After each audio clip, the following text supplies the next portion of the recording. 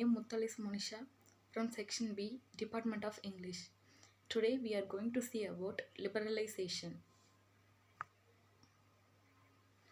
The term liberalization comes from Latin word liberal, which means free. So it refers to the spirit of freedom and openness. It aims to bring relaxations, flexibilities, accommodation of diversities, and tolerance of others' interests. Liberalization is about easing some of India's reforms and policies. It leads to fast development and economic growth. Education Policy 2009 in India with regard to liberalization.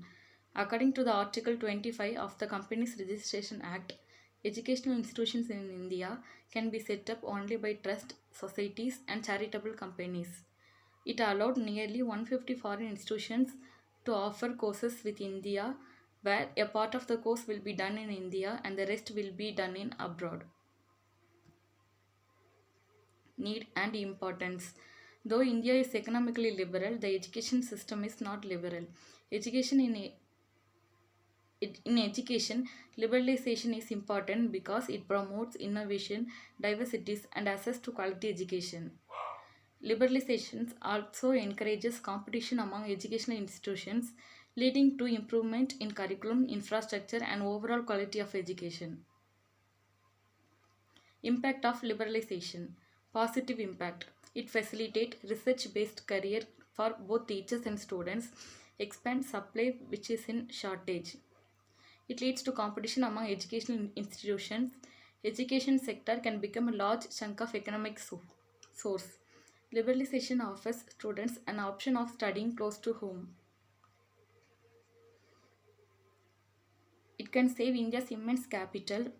It also implies the shift of society from industrialization based towards an information based society.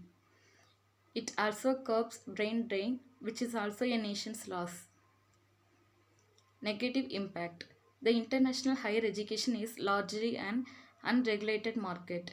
Without much knowledge or comprehension, students prefer to make use of this service. There may be a risk of fake institutions. The low-end institutions are only there which run institutions for commercial purpose. Some private institutions may not provide high-quality education. Skilled educators and students might live less development areas.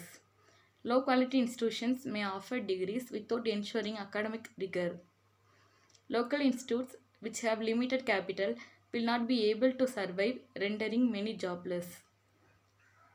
Even though reputed ones will face competition as their national certificates will be less valued. Possible solutions. The government should be kept out of the education business partially if not fully. It ensures fair distribution of resources to both private and public educational institutions to reduce inequality in access to quality education. Another way to protect the fleecing of the candidates is that tuition fees will not be raised without the approval of local concerned authorities.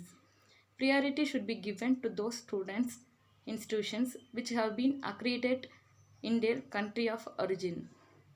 The institutions will also be expected to submit the latest audit report of the accreditation agency. To avoid a kind of monopoly, the system will be made transparent and quick. Conclusion. This legislation would encourage transparency and accountability by international universities and organizations.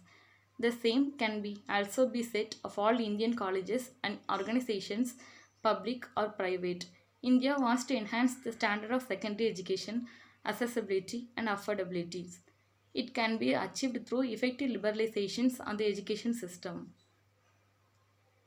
References. Thank you.